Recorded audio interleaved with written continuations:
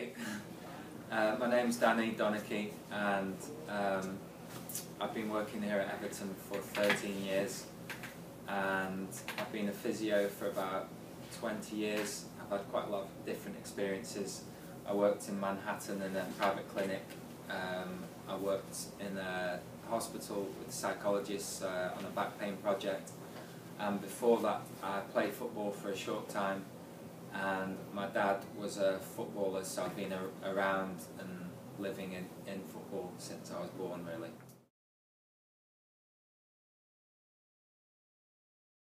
Yeah. I think mindset is obviously very important for whatever we do in life, and I feel that in my job I need to kind of respond to the individual mindset. And I'm not so sure how much I can influence that mindset unless I fully understand where the player's coming from and try and adapt to that individual mindset. I think that in my job and my practice, and I encourage all the support staff to help the players have a more positive mindset, but I'm not sure how much we can actually influence that. So we kind of need to deal with a mindset and create a culture within the club that kind of lifts it slightly, and then we work on an individual basis with that. And I feel that it's really important that we work closely with the player and understand them as human beings as much as possible in order to kind of maximise their rehabilitation.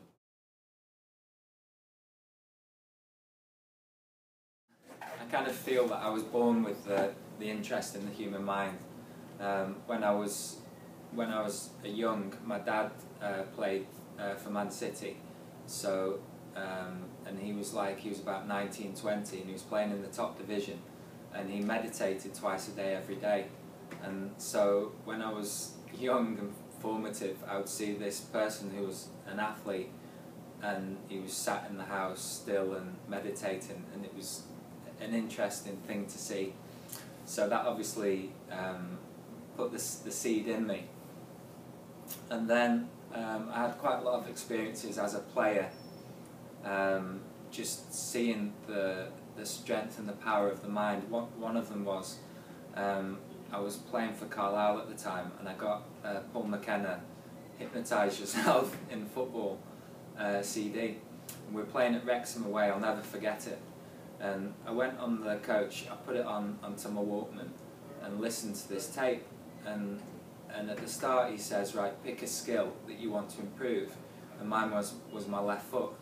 So I kind of listened to the tape. I wake up 45 minutes later thinking that I've just slept through the tape, and I went onto the pitch at Wrexham, and my left foot was like a wand. It was magic. And that wore off after about 10 minutes, but the fact that it had such a powerful impact made me start to think. And then through my work with psychologists, and also when I worked in New York, I worked with Professor John Sarno, who has done a lot of mind-body healing, and he talks a lot about the unconscious power of the mind in terms of pain, and how it can create pain, and also how it can cure the body of pain.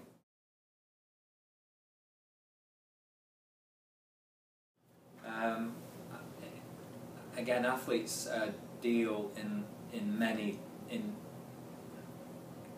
so many different ways to severe injury, but I feel that in general, when they get the injury, there's fear about what's coming and apprehension, and also kind of depression to a degree, and that lasts for shorter to longer length of time depending on the individual, and also the impact that the injury has had, and also the past, and what injuries they've had there.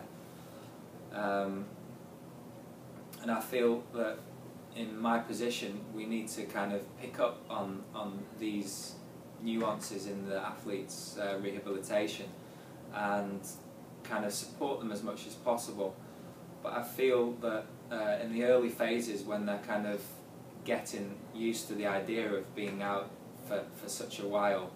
You need to just kind of give them a little bit of space and be there kind of in the background to support them, but not force it upon them. It's just brought back to memory when I was a player. I dislocated my ankle, and I had a real strong feeling of being useless to society. I couldn't do what I was supposed to be doing, and that feeling, I'll never really forget that. So as a rehabilitator, I want to make the player feel that they're achieving something every day, and each day we try and improve in a certain way, and I give them challenges and make them have a sense of worth in those challenges, and really challenge them and try and bring the best out of them, and then it's a gradual process.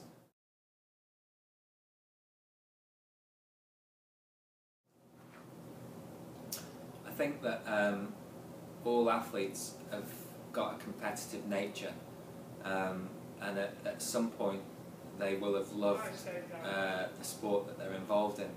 So I feel like you need to utilise their competitive nature as a therapist and try and develop that side. And also the athlete needs to be able to project into the future that they're going to get back to that sport, and the goal is always there in mind, that they're going to get back to the sport. I think that the athlete's love of their sport is what drives it, and they need to trust the people that they're working with and know that they're going to get back to the level. And it's that love that brings out the qualities in them that they need, such as hard working, mental resiliency. It's also when they come back to playing, psychologically it's difficult because they have fear that they're going to get re-injured, fear that the body part's not strong enough. So they need to be able to be fluid enough to be able to deal with that, and gradually through physical tasks they build up the mental strength to be able to do it.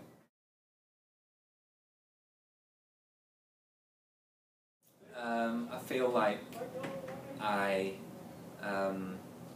don't see the player as just as a physical being. I see the player as a human being, and they've got emotions and feelings and a whole life rather than just the physical body in football. So I hope that I try and help the player in all different aspects of their life, and basically I feel that my job is to help the player feel most comfortable and happy, and then the performance is going to come from that. I hope that my experience and knowledge of working with mental aspects, and I practice yoga as well, so I do a lot of breathing techniques and meditation and awareness. I try and help the players experience a greater aspect of themselves, and also I try and encourage them to really become aware of their bodies and experience deeper states of relaxation, and then they can kind of use that to get more power from within.